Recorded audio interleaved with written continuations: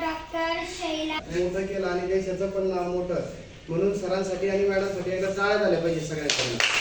आजपासून पण सरांनी आपल्याला वेळ दिला आणि सगळ्यात महत्त्वाचं कन्या श्रावणी ही सुद्धा आली आणि श्रावणीने सुद्धा तुम्हाला काय आणले, चॉकलेट आणले. तिने बऱ्याच मुलींना आधी या दोन मुलींना वाटप केली आणि छोटीला पण दिले आणि सगळ्यांना द्यायची इच्छा होती.